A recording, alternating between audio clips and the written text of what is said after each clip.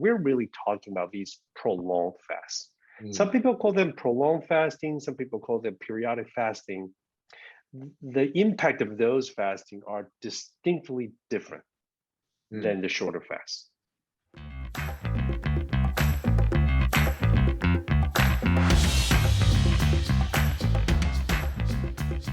Hello and welcome back to another episode of the Thrive State Podcast. Your host here, Dr. V, triple board certified MD and performance and longevity expert. And I am super excited about this episode because we're going to be touching on a topic that is so hot in the longevity and the peak performance and optimal health space, and that is fasting. You know, fasting is one of these practices that has been used by many, many generations. In fact, fasting is integral to every organism on planet Earth because what does an organism need when it doesn't have nutrients?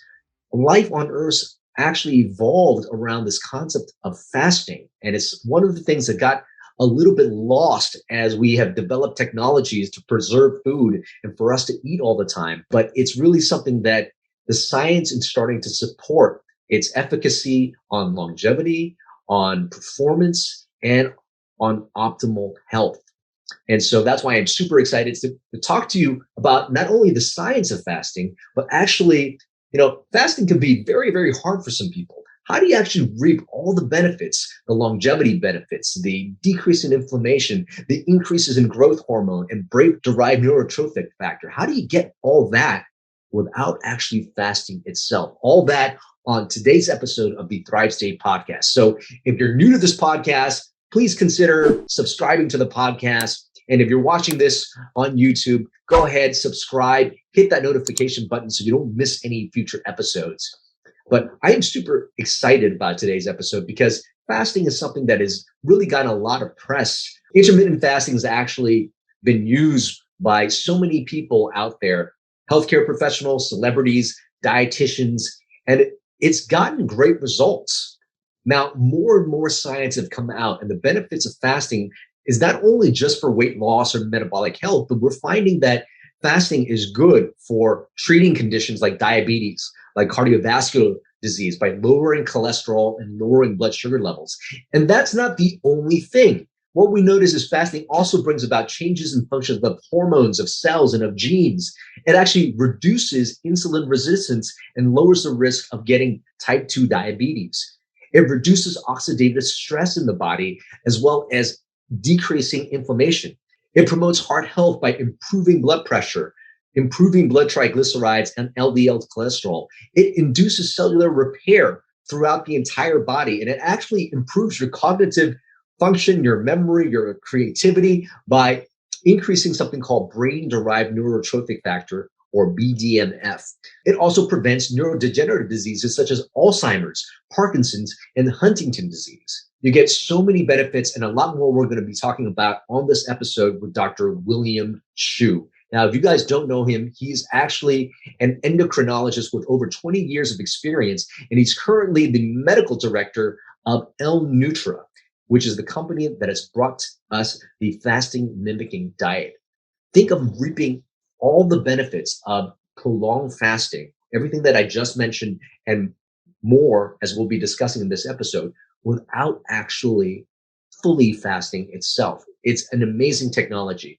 Dr. William Shu actually joined L-Nutra back in 2019, and his role of L-Nutra is actually to oversee the clinical development efforts, to oversee the medical affairs department, and advances in the education and adopting of fasting and the fasting mimicking diet. It is seriously a game changer for optimal health, longevity, and peak performance. Please enjoy this episode as we talk to William Shu about the fasting mimicking diet. And if you stay to the end, we give you a very special deal where you could try the fasting mimicking diet at a very special discount. Ladies and gentlemen, please join me in welcoming Dr. William Shu. Dr. William Shu, welcome to the Thrive State Podcast. Hey, thank you, Dr. Vu. Pleasure to be here. I know we're going to get into fasting, but before we do, it's something that we like to play with every single guest on the show. It's called the 5 to Thrive. Each answer is going to be less than a minute long. And here's what I didn't tell you. Each question is worth 1,000 points. If you get 5,000 points, you win. dinner with me. So I asked Dr. Sue, are you ready to play Five to Thrive? Let's do it. Okay, question number one. What did you want to be when you grew up? Actually, I was kind of aimless for most of my time in college. I guess I got thrown into medicine because I did okay on the areas that needed, to go to med school. So it's a lame answer, but it was the truth. It's by default. So Sounds good. Question number two is, what was your favorite childhood memory? I think spending time traveling around the world. Didn't have a lot of opportunities, but a few places that we went to really cemented, just really see a different culture, see how people live differently. That always was imprinted in my mind. So I think traveling, especially with your loved ones, those are my best memories. Okay. So far, pretty good. 2,000 points thus far. Question number three is, if you had to pick anyone in the world right now that is currently alive that you have not met yet, who would you choose to have dinner with? Wow, that's a hard one. I think I would love to spend some time with Michael Jordan. Oh, wow. So, Yeah, you're a Chicago Bulls fan or more of a Jordan fan? No. Yeah. Well, I mean, certainly, Michael Jordan, the GOAT, just his tenacity, his competitiveness, I think his single-mindedness, and no one has had impact on the basketball, the sports, or even sports in general than the GOAT. So that would be one man. All right. Michael Jordan. Michael Jordan, if you're listening, William Sue would like to meet you. Question number four is, what book, concept, or idea in your life or teaching made the biggest impact in your life? There are many. It's almost hard to say. I would say I have it right in front of me here. It's a book called Good to Great by Jim Collins, right? This is #1 bestseller. It's about why some companies make the leap, others don't. So it's really about like, how do you build stuff? And really, it's not really only applying to company, but anything that you're building, right? Talking about the way to think about it, how to focus. What are really the key elements that drive success? To me, wow, amazing. You could apply that just to any organizations, to any concept that you're building. It's about building something big. Okay, great. 4,000 points thus far. Will he win the Five to Thrive with this question? How would you like to be remembered, Dr. Sue? Wow, that's very metaphysical. Wow, that's a big, big one, right? I think each one of us is given a certain talents, some small, some big, some huge, right? For whatever given talents that I was dished out with, I just want to say, well, that guy has given back what he's been given to. Just being faithful to the talents and to the gifts that's been given, that I have done the very best to give back. That's all I hope to be remembered. Oh, well, beautiful. I know you're going to be giving us a lot of important concepts people could probably apply to, better their health, increase their access to longevity. So you're generously giving your time today. Thank you. You've won the Five to Thrive. We're going out to dinner on me while you're on the fasting mimicking diet. All right, I get to pick the restaurant. So all right. Well, sounds good. Well, the whole concept today is talking about a tradition that's really been a part of life for thousands of years. And initially it probably wasn't something by choice, but we're talking about fasting, right? I mean, we know that our ancestors probably fasted because they just didn't have access to food sometimes. But, is it true that even with some access to foods, different cultures and different religions intentionally practice fasting? Yeah, that's absolutely right. In fact, this whole practice of fasting actually goes beyond mankind. Think about it. Every organism that ever survived had to somehow deal with environments when the food isn't around, right? So it's not unique only to humans. So it's actually so ingrained into all life forms. There's something to be learned from. When there's a universal truth, right, about something that applies to all living forms, I think that's something that we should probably pay a lot of attention to. And among a few things, I think fasting is one of those. And why do you suppose that at what point in our history did fasting not become, so prevalent anymore? At Yeah. what point did people say, okay, we're going to stop fasting? Is the same answer to when we stop exercising. Hmm. When did we start moving as much? That's when we had all these modern inventions, right? As it relates to fasting, I would credit to the invention of electricity and specifically the invention of refrigeration. Ah. That's when we start eating around the clock because we could afford to, because we could just reach out, open the door of the refrigerator and eat anything inside. Mhm. And right, so before refrigeration, we have to eat everything fresh. Right. A lot of things I remember even when I was growing up, my grandma used to tell me that do not eat the eggs that were left over from overnight. I could say, oh, it's bad, right? So I don't know where they came from, but it's probably not true. But I think about the concept, especially if you live in a very hot climates. A lot of food are either like preserved, right? Or it'll go bad overnight.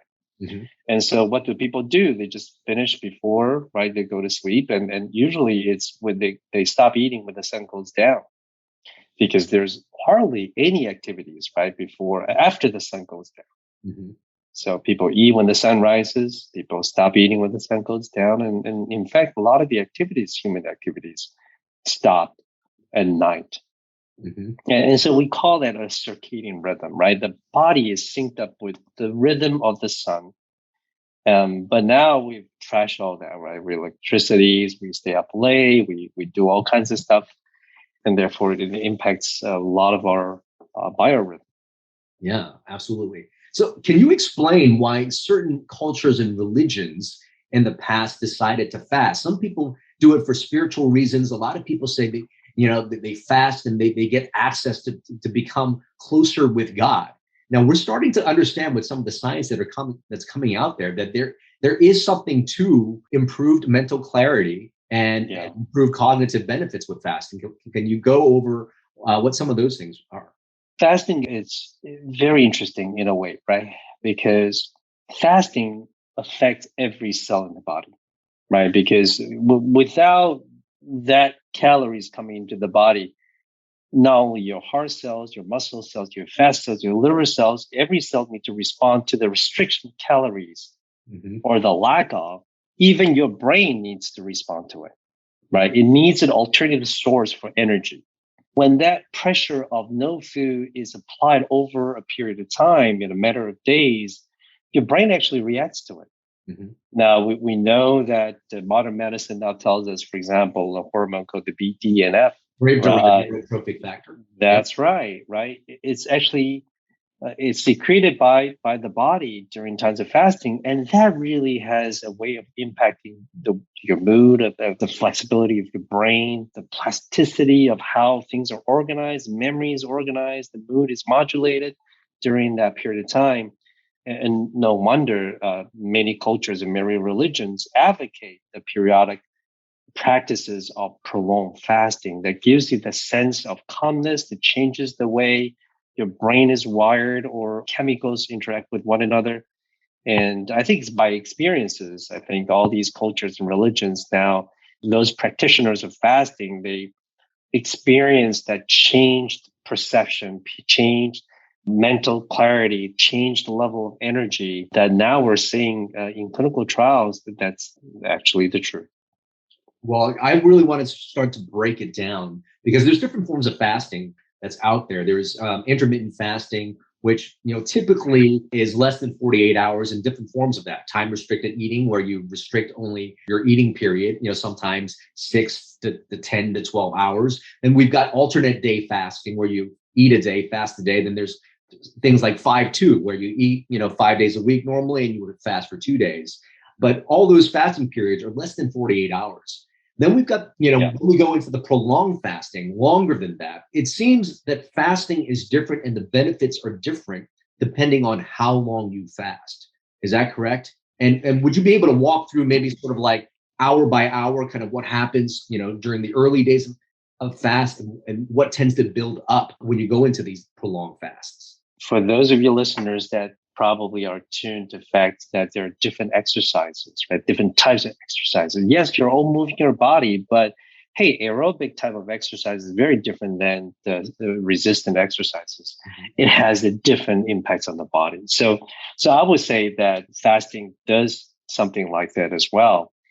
And so by definition, the shorter fast, these are the intermittent fast, what you have mentioned earlier, right? Generally less than 2 days, and generally they're not consecutive days of fasting. They are great for weight loss. They're great for supporting your metabolism, right?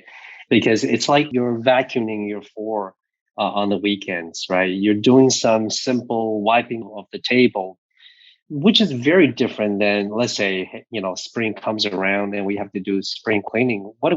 We do a lot more in depth. It takes a lot more time. We're shampooing the carpet, we're taking down the curtains, right? Those are what really, on an extent level, much deeper interventions. So those long fasts, typically fasting less than more than 2 days, they have a much deeper level. So when we are talking about these cellular effects, the impacts on the cells beyond the weight loss. When we're talking about the longevity benefits of fasting, we're really talking about these prolonged fasts. Some people call them prolonged fasting, some people call them periodic fasting. The impact of those fasting are distinctly different than the shorter fast.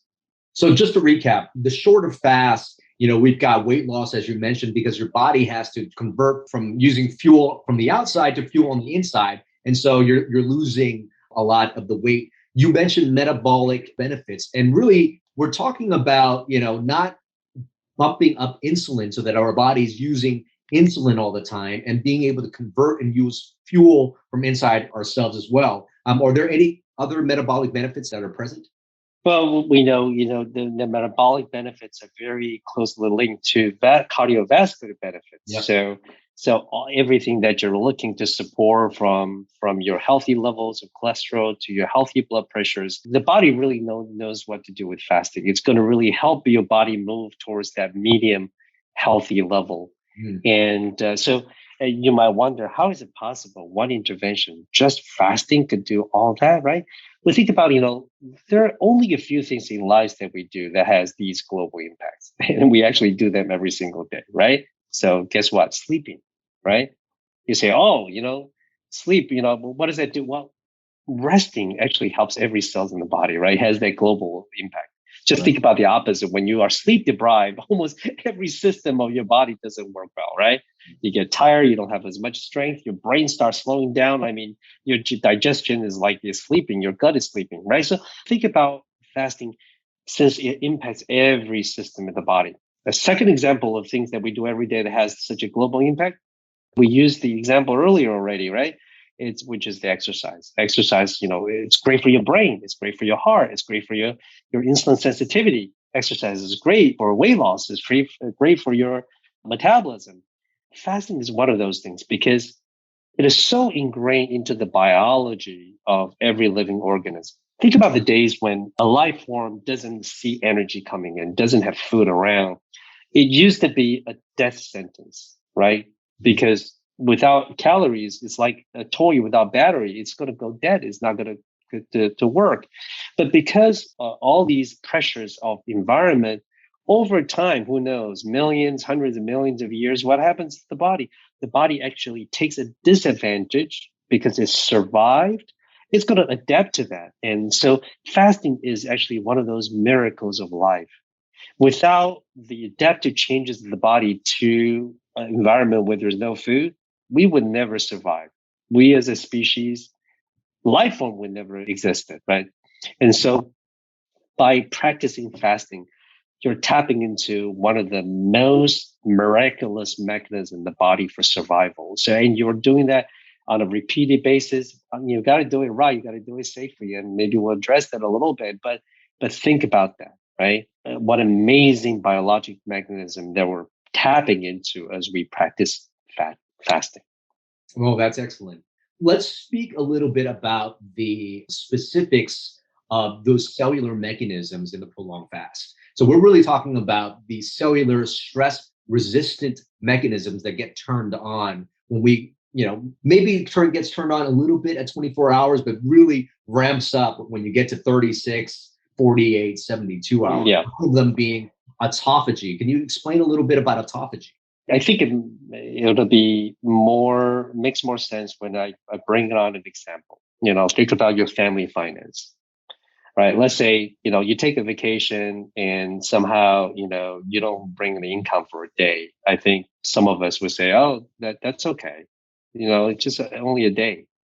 Mhm. But think about it. If you don't work for a week, you could say, well, I need, if you have a little bit of saving, you probably have to, transfer money from one account to another to pay for your expenses for about a week. That's okay. If you don't make money for a month and you say, hey, wait a minute, I'm going to exhaust my reserve now and I need to do something.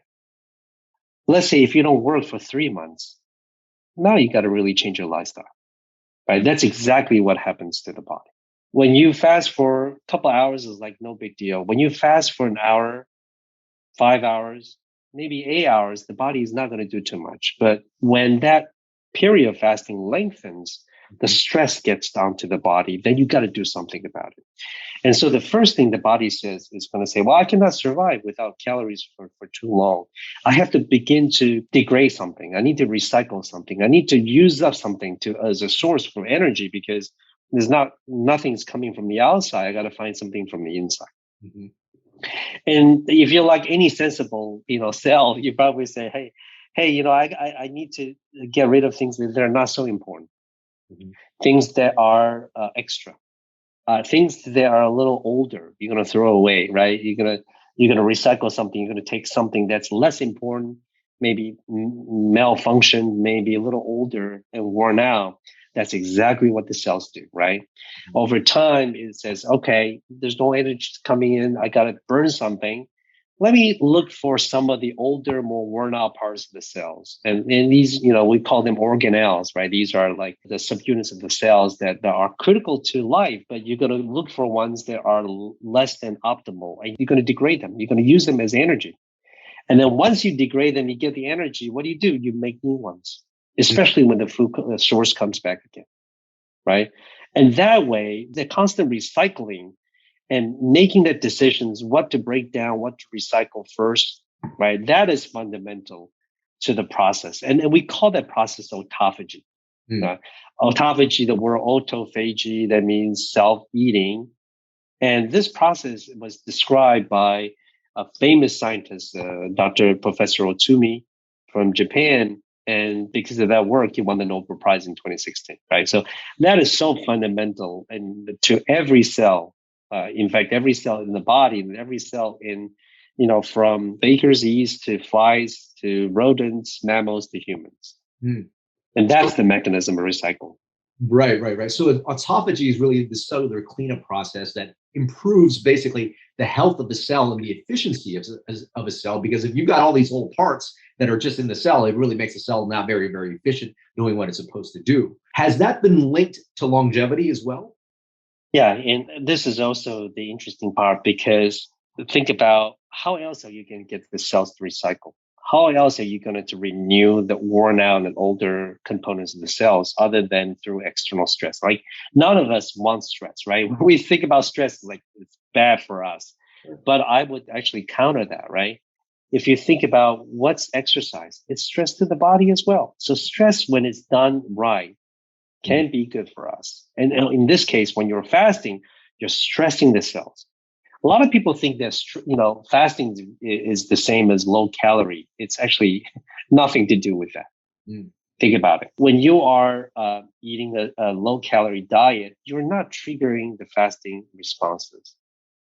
You're just making a mathematical manipulation where there is less calories coming in, more calories going out. That's what a low calorie diet is. It doesn't give you that stress to change the body to respond to it. Okay. And so you got to look at fasting as a stress event that causes the cells to do that autophagy process, to do the cellular cleanup, which is very, very different from a low calorie diet. I see. Does, with its effects on longevities, does it affect certain things that we know might be associated with longevity, like like activate the sirtuin pathways and things like that? And do we know if it leads to like telomere preservation, et cetera? It's actually amazing, going along the path of autophagy. It turns out that there is a fascinating intersection between nutrition, fasting, and longevity. A lot of us, from our reading of the history, we know that fasting alone isn't what causes people to live longer. Well, now that could be controversial, right? But it's a fact. When you look at every starvation in human history, people didn't live longer as a result, right? So it's not fasting alone that prolongs human longevity. Fasting is part of a two-part story. It's the fasting, which is the stress causes you to recycle, as we talked about earlier, and then the subsequent feeding, the subsequent nutrition that comes, right? Because now you're taking the older parts, worn out parts, you're chewing them up, and you're making new ones. But making the new cells and new cellular components cannot be at its fullest speed until the new nutrition comes. It's supposed to be a temporary transitional mechanism. And so now when you look into the lab, what's so surprising to many people, and this was discovered about 100 years ago, is when you starve certain cells, right, periodically, they actually live longer. That's the paradox here, right? If you take a certain strains of rodents in laboratory and you fast the rodents, it lives 30% longer. And that's because you're causing that autophagy to happen, right? You're causing these longevity pathway, you're activating these longevity pathways. And so how do we explain this? It's almost like, every day we feed ourselves well, right? We're like we're like a performance car. We drive fast, we're revving up our engines. Guess what happens to the tires? They get worn out faster. Right. You need on a racetrack, you need a pit stop. And you're changing the wheels, right? You're actually putting on the wheels. You change it because they get revved up. So same thing with our cells. As we're feeding great nutrition all the time, we're not giving a chance for the cells to say, hey, wait a minute, I need to recycle, rejuvenate. By fasting, you're causing the body that stress, and the body's responses is to tap into that inborn mechanism of survival that we talked about earlier segment of the program. Yeah. And now you have a chance now to recycle these older parts. And guess what? What you get with the recycle, you get newer parts now. Now, with newer parts, your car can go faster and for longer. And our body now has a chance to really, give it a chance to live a healthy and long life. And that's really the mystery about fasting. So that's great. That's the concept of autophagy. And so I want to get into a little bit more, of the benefits of prolonged fasting, and then we'll dive into a little bit about mistakes people make, and then why the fasting mimicking diet. But let's move on to a little bit more prolonged benefits. I've heard it actually activates stem cells, or it actually recruits stem cell action. Can you explain a little bit about what's happening there? Let's take another analogy, a company going through a really difficult financial stress. So the first thing is that you got to reorganize, right? We've heard a lot of companies say, oh, difficult time, let's reorg. What does that mean? That means shedding off some of the workforce. This episode of the Thrive State podcast is brought to you by the Thrive State Accelerator. The Thrive State Accelerator is actually a home course that I developed using the exact same techniques I work with my celebrity clients, CEOs, and executives on how to get them to the Thrive State. The Thrive State Accelerator teaches you how to master your 7 bioenergetic elements. That's sleep, nutrition, movement, stress and emotional mastery, relationships, our thoughts and mindset, as well as purpose. In this Thrive State Accelerator, you're also going to get a bonus module on optimization. That's how I talk about supplementation, peptides, all the optimization techniques I use with my clients to get them to the Thrive State. Now, for some of you who are just joining us for the first time, you guys might be wondering, what is the Thrive State? Well, the Thrive State is actually the energy, the epigenetic environment we give to our cells, telling our DNA how to act and how to respond. And if we want optimal health, longevity, and peak performance, if we can master these 7 bioenergetic elements, our ability to have those 3 things that we just said, optimal health, longevity, and peak performance, is at its greatest. And it also prevents you from getting chronic symptoms like brain fog, being overweight, feeling sluggish, acne, pain, all these chronic symptoms, as well as preventing you from getting chronic disease. So getting to that thrive state is really getting to that state to master being that very best version of yourself so you could show up for you, for your family, for your business, everything that's important to you. So go ahead, check it out right now at kienvu.com/accelerator and use coupon code podcast25 for 25% off. Now back to the podcast. But what happens when now you're more efficient, now economy gets better, what do? You have to expand to support your growth, right? And that's exactly what happened with fasting, prolonged fasting. You're causing that difficult choice of recycling. And so many of the cells are going to go through that difficult discipline of going through that cleanse, that purging, if you will. But now when food becomes available, it's going to grow fast because it's only, that those cells of the body are like a sponge now, right? They are squeezed dry now. They're so lean and efficient. Now, when the food comes, they're going to multiply. They're going to grow now. And so it's that time when they're going to recruit a lot of the potentials in the body, like causing the body to become stronger during that period of time. And a lot of the athletes tap into that mechanism, right? During that time of refeeding, to fasting and refeeding. It's like rewinding pulling a rubber band. It becomes so tight that when you let it loose, it's going to shoot high. And that's where a lot of the athletes, for example, using the cycles of fasting and refeeding to strengthen their performance, to strengthen their muscle. And just as a side note, when you get on a low-calorie diet, you're going to lose calories, you're going to lose body weight, right? This sounds like a great story. A lot of people don't realize when you're on a simple low-calorie diet, you're losing both fats and muscle. But because fasting is really not about low calories, it's a stress. What happens when you're stressed? Your stress hormone goes up during fasting. It's a stress. So that stress hormone is going to maintain your muscle integrity, your muscle mass. So what are you going to burn? You're going to burn the fats. And most of the fats are going to start being burned from your belly. Right. And while you're preserving those lean body mass. That's where the difference is. I'll give you one example. If you think about the big cats, the tiger and the lions, can you imagine when they're fasting, when they're looking for prey, if their muscles atrophy during those times, they will never catch another prey. Right. But during that fasting, what happened is muscle gets preserved. They're burning the fat, so they're actually leaner, and they're able to go out and get prey. And just as a side note, for those of you who are interested in sort of what does fasting do to your muscle strength? Oh, that's a really important point, because we know muscle strength is so important aspect of longevity, and we know sarcopenia is actually counterproductive when we want to live a long life. Let's talk a little bit about inflammation. We know, I know anecdotally, so many physicians prescribe fasting for some of their patients who have autoimmune disorders or other inflammatory disorders, and they've noticed a decrease and or even some reversal of some of their conditions during the fasted state. Can you explain the mechanism of how that's happening? Yeah, some of the earlier examples of these are people who suffer from all the rheumatoid conditions. These were some of the earliest description in medicine about how fasting could do. Essentially, during fasting, you're taking away a lot of the stimuli that comes from food. Autoimmune conditions and health conditions, a lot of it relates to the kind of food we eat and how those food triggers the body's reaction. So by fasting, you're eliminating a source of those insults onto the body. And so in the medical literature, there's been a lot of descriptions about how prolonged fast, and by tradition, by many traditions, fasting is, one example, the pets. A lot of the pets, when they're sick, what do? They just curl up and they don't eat. That's a body self-healing mechanism.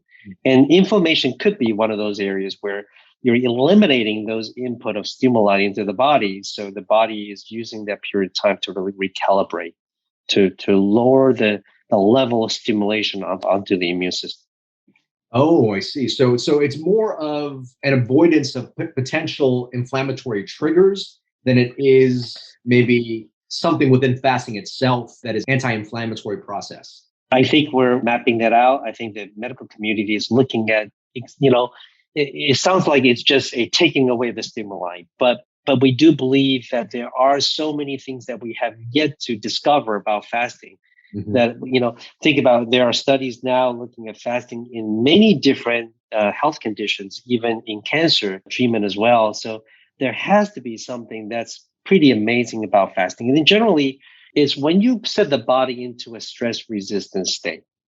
There's something about the down regulation, meaning turning down, dialing down the eyes and ears that senses nutrients, that somehow changes the body in a totally different trajectory. What does that mean? I'll give you one example. If you take a handful of baker's yeast, right, that we've all seen, right? If you add hydrogen peroxide, which is like something that can easily kill the yeast cells, right, at a certain concentration. If you fast those yeast for a couple of days, without, I'm talking about live yeast, right? If you fast them for a couple of days, you're going to actually need to have a higher concentration of that hydrogen peroxide in order to kill it. Now, why? Because now the cell's going into this protective state. When you're fasting, the body says, hey, look, I'm fasting. I'm not supposed to reproduce. I'm supposed to protect myself because it's a hostile environment. So it just dialed down a lot of these immune reactions. It really remodulates, reset the body's condition. And we are just beginning to map out scientifically what exactly those things are. But it all seems to be towards stabilization, harmonization, towards really calming down a lot of the immune process in the body. That's excellent. And a few things, and you can correct me if I'm wrong, that I've heard associated with prolonged fasting would be sort of a reset and improvement in our immune system, maybe increasing detoxification pathways, improvement in the profile of the microbiome in the gut. Do those seem to be correct from the science that you know thus far? I think over the last couple of years, these statements are now being supported by more and more clinical trials. And for those of us who are following the research fields, it's amazing over the last couple of years. There's a website called clinicaltrials.gov that register all the human clinical trials in the United States. And if you compare 5 years ago versus now, wow, we're seeing the exponential growth of research projects that are dedicated to really testing the concept of what fasting can do to all these health systems, all body systems. It's an amazing time. Well, super exciting. All the prolonged benefits of intermittent fasting that we talked about, including the autophagy, including improving the immune system, activating your stem cells, lowering inflammation. I'm pretty sure a lot of people want to get access to this thing that promotes longevity and rejuvenation. Up until recently, the way people prolong fast would be to do water fast, meaning they would only have water during this period of time. It has proven to be very difficult for some to be compliant with just having water for a couple of days. What are some things that people run into in terms of problems that you've seen with people trying to do the water fast only? When people go on vacation, one of the most exciting things is to think about like, hey, what are we going to eat, right? Very few people say, I'm going to take a few days off to fast, right? And it's, as you mentioned earlier, it's difficult to do.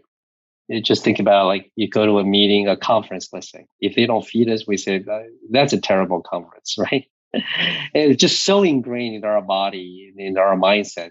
It is difficult to do. I think only the princes among men probably could do 3 days, 5 days. And it's not even a matter of courage, but it also may not be safe for many of our listeners to fast for too long. Right? If you don't have the right health condition, in the right health condition, fasting could cause dehydration. Fasting could cause low blood sugar if you're on diabetes medications, for example. There's some folks that are just too frail to fast. So that's why it's not a one size that fits all. There are drawbacks, both in terms of adherence and also in terms of safety. Yes. So you mentioned some of those things: low blood pressure, dehydration, because food actually, gives us insulin, and insulin actually acts as our ability to store water. You take away the food, a lot of people end up being dehydrated. What are some of the other things that you've noticed? Maybe a drop in electrolytes in our body, or? Yeah, for sure. Because every day, at least, electrolyte imbalance could be one, because minerals and these electrolytes we consume right into our body. So the longer you go, the more difficult it is for our body to maintain that balance. There's also the issue of gallbladder, because you're not moving your gallbladder, right? So there's stasis, meaning there's slow moving of your gall juice there.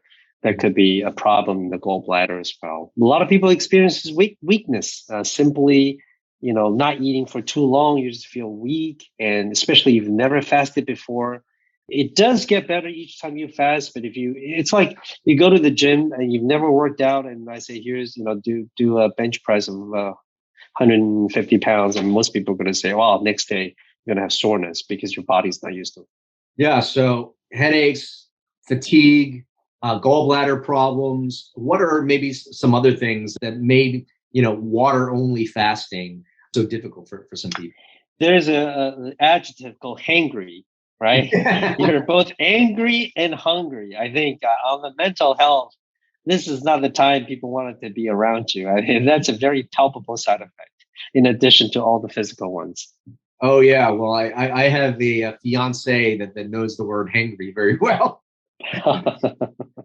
Well, so those are some things that certainly, people have to look out for. Are there certain people that should avoid prolonged fasting altogether? I mean, obviously, if you're probably very sickly or have a low BMI, it shouldn't be something you should be doing. If you have any health conditions, it's always a good idea to talk to your doctor about, because there are certain medications you probably shouldn't be on, right? So if you're on insulin, if you're on diabetes medication that have a chance to lower your blood glucose, right. Those are you're going to have to really talk to your doctor about. Those of you who want to fast, but you are more advanced in your age, chronologic age is really a poor indicator of your health status, right? I've seen, 75 years old, they are much stronger than 50-year-olds, right? So, but in general, as your age advances, it's difficult to know how you're going to function under a stress state, such as prolonged fasting. You should always test out, go gradually, right? Don't start jumping with 5-day water-only fast. I mean, if you've never fasted before, talk to the doctor, gradually increase those frequency or the length of your fasting. I think those are all prudent approaches to fasting. Okay. So now we come to this fasting mimicking diet. And so fasting is to go without food. And all of a sudden you're saying we can have food, but yet our body thinks we're fasting. So before we get into, the fasting mimicking diet, can you talk a little bit about sort of your medical background and then how you actually ended up being a part of Prolon and this fasting movement? Yeah, it really sounds like an oxymoron. It just sounds like a contradiction, right? How can you eat and during fast? I think that's where the science really can give us a plausible explanation. First of all, I'm an endocrinologist. I used to take care of patients with diabetes all my career, over 20 years. I used to tell them, this is what you eat, this is what you should not eat, right? And I could tell you 100%, I would say 99.9% of my patients know what to do. Mm-hmm. It's never the knowledge issue. Mm-hmm. It's always the inability to eat the right thing, to transform their life. Think about it, right? It's every patient knows they need to exercise more, lose weight, eat less, eat good food. Who doesn't know? So there were times when I'm in the clinic, I'm saying, you know what? I shouldn't be preaching anymore because they already know. The issue here isn't that we don't have medicine. We have lots of great medicine. My patients can always out eat whatever I prescribe. Mm-hmm. And they are unable to really implement what they already know in the brain into their hearts or in their behavior. That's where the issue is. And that's why I decided to join L-Nutra, the company that is the maker of Fast Mimicking Diet. So let me jump ahead a little bit. Why the fasting mimicking science or fasting mimicking diet science is plausible. We always think about fasting as not eating, right? That's very, very intuitive. But on the cellular level, the cells actually sees fasting in a very different way, right? The cells never see no nutrition, zero. It never sees that. The cells never see glucose level of 0 in the blood. The cells would die. So it always sees some level of nutrients. Mm-hmm. So, if we are able to give nutrients in such a way where it falls below the detection threshold of these nutrient sensors in the cells, regardless whether it's carbohydrates, sugar, amino acids, proteins. Because every cell has a sensor, right? These are the eyes and ears that says, hey, there is no food. And whenever they are these eyes and ears, there's a level below which they're not sensing the food is present. Mm-hmm. And so scientifically, if we're able to provide nutrients below the threshold, detection threshold of these nutrient sensors, you can technically provide nutrients. And at the same time, give you the cells many of the benefits of fasting. And that's how, when I was first exposed to the science, I was like, wow, amazing. So what this means that you're able to cause these cellular benefits that we talked about earlier. We're able to achieve these fat-driven weight loss, right? Sparing the muscle weight loss. We're able to achieve the spiritual and the emotional benefits of fasting that we talked about earlier through many religious practices and health practices, right? All through a technology that gives you many benefits of fasting while allowing the cells to not sense these nutrients. And that's really that was the dream when I saw it. I'm like, wow, this is just out of this world. But that's only possible, right, through a deep understanding of the science and the technology that enable the fast mimicking diet. That's really beautiful. And just to recap there, we actually have these nutrient sensors in the body. And when those sensors sense nutrients, then we actually are in the fed state or in a growth pathway. But when they're not, then these cellular stress resistant pathways get turned on. And what we're saying is that you don't have to reach zero nutrients for those sensors to be detected. And there's a certain amount of leeway that basically the science has been able to deliver to us that don't turn on those sensors, where we just have a very minimal amount of nutrients. And this is the beauty behind L-Nutra and Prolong. So let me ask you, Dr. Su, has there been head-to-head studies of the fasting mimicking diet alone with water fasting? And does it provide the same amount of health benefits, or is one less than the other? That's a great question. The fasting mimicking diet is really designed as a pragmatic solution for the average Joes like me. Okay, I've never done a 5-day fast. I've never aspired to do a 5-day water only fast, right? Because I'm just an average guy. Okay, I don't have that kind of stamina. So the fasting mimicking diet must balance efficacy, right, which is how likely it's to give you the benefits of prolonged fast, together with doability. Can you actually do it? So I think the final equation has to balance the two. So we've done a number of trials comparing fasting mimicking diet with just regular diet. So let's start with that. Right. And so many of the studies have shown that we have conducted and published have shown that when you do 5 days of fasting mimicking diet in a month, 5 days on this intervention, and you go back to your regular lifestyle for the rest of the 25 days, and you repeat that 3 times or 4 times, 3 months or 4 months, you're going to get many of the benefits of everyday nutrition, good nutrition. So what we're saying is, hey, for the average Joe like me, I just give 5 days out of the month, I can reap the benefits of fasting. And so this is amazing. And then I often use this analogy is, I don't know about you, Dr. Vu, but when I went my schooling days, I wasn't a very good student. Okay, I didn't study every day. I don't know, maybe you did. Okay, my parents told me that I should have studied every day. I say sure, right? But what did I do? I crammed. Okay, before every exam, I crammed, and guess what? It worked. Okay, just 4 or 5 days, maybe 3 days before the exam, I crammed. I learned, right, and I was able to pass my exam. Now, would it be better if I study every single day? Obviously. But in the absence of studying every day, my cramming got me somewhere. Right. I learned some of the materials, right? So same thing with fasting mimicking diet here, 5 a day. You should be eating perfectly every single day. That's what the doctors tell us. But none of us could do it. Otherwise, we would not have 70% overweight population in the United States. Everybody knows nobody could do it. Okay. So by exercising, by implementing 5-day fasting mimicking diet, we're able to reap many of the benefits of a 5-day fasting. Now, that's been replicated in a number of studies now. We've never done a head-to-head fasting mimicking diet versus water-only diet, and partly because we believe that 5-day water fast study is just unethical and unsafe for most people. And the Institutional Review Board that oversees these protocols in major institutions probably would never allow their studies to take place. You're seeing basically similar type of benefits, where people only looked at 5-day water fasting only, those type of benefits are also seen in the FND studies.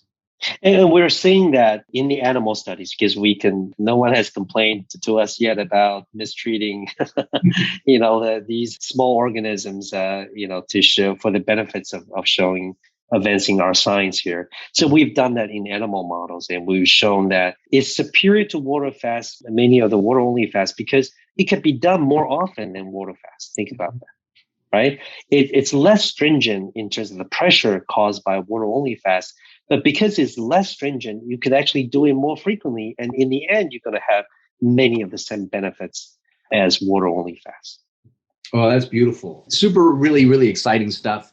Product is Prolon, and the company is L-Nutra. I know there's also a new 1-day fasting product that's out there. What's that called? And it's called the Reset. It's called Prolong 1 day. It's called Reset. It's for people who really want to do 1 day. Before they do the 5-day thing, they wanted to. It's a weekend after, and you feel like I really need to reset my body, and that's a perfect opportunity to use the product. That's really, really excellent stuff. And I know, within the 5 days, there are some supplements that are in there. There is soups and there's bars in there. I'll give more details on that a little bit later, along with a code that people can use. There's also a glycine drink that's in there. What's that used for? Yeah, it's a glycerin drink, which is really formulated there to further preserve your lean body mass, your muscle mass. Now, as I mentioned earlier, even though the calorie amount of the Prolong product is low and it's going to help you to lose weight, but the mechanism for the cellular impact is really not the calories, the stress, as I mentioned. And I also mentioned earlier that by fasting through the fast mimicking diet, you're going to preserve your lean body mass. But after all, it's 5 days. Right. We want to make sure that you're going to come out with your muscle strong and not wasting your muscle during 5 days. So the glycerin was actually a part of the formulation of the package, which is going to be used to spare your muscle during the 5-day fast. Wow, that's amazing. You could see from the conversation here that the people that put together this fasting mimicking diet really spared no technology, and really this proprietary mix of the foods that are there is really meant to make the fasting process a lot easier. So I recommend you guys check it out. Dr. Su, before I get to my last question, you gave us so much information. I want to thank you. How do people find out more about you and the work that you do? Well, I run all of our research and development projects at L-Nutra, and every moment of my professional life, I'm thinking about how do we bring this knowledge more to the public and to humanize all these very intricate science to the general public. So for the information on the company, you can go to L-Nutra, that's Nutra.com, L-Nutra, and that really stands for Nutrition for Longevity. That's really the abbreviation for that. For our product, you could go to ProlonFMD.com. All right, Prolon FMD. And now I have a special link for all my listeners as well as a special code so that you could take advantage of a discount. So with basically everything you've been through in life thus far, Dr. Su, being an endocrinologist, enjoying traveling and everything that you've done so far, what has been your best medicine? Well, that's a big question here. I would say that too many of us wait to take actions on our health.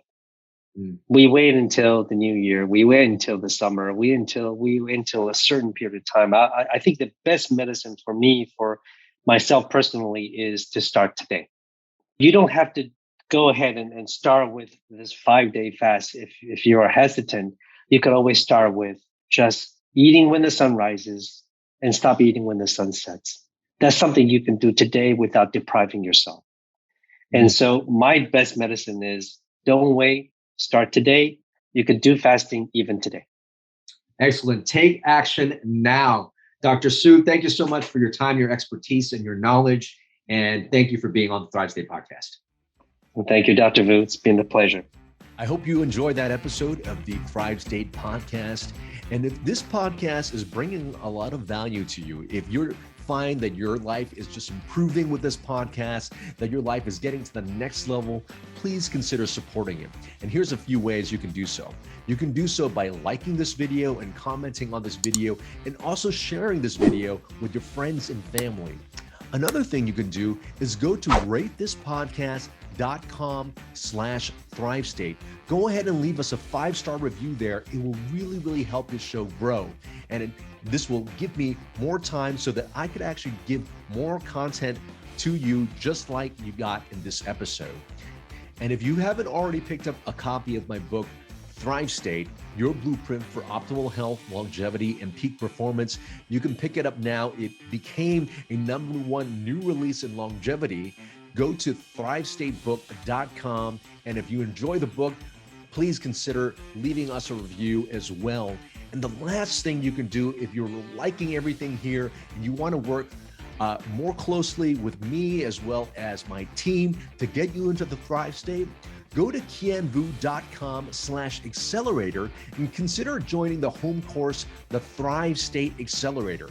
It's really the course that I use. It's the concepts that I use personally when I work with CEOs, celebrities, and my high-profile clients to get them to the Thrive State. Again, the Thrive State Accelerator at kienvu.com/accelerator. And because you're a listener of this podcast, I want you to save 25% by using the coupon code podcast25. I hope we continue to give value to you. And remember always, you are your best medicine.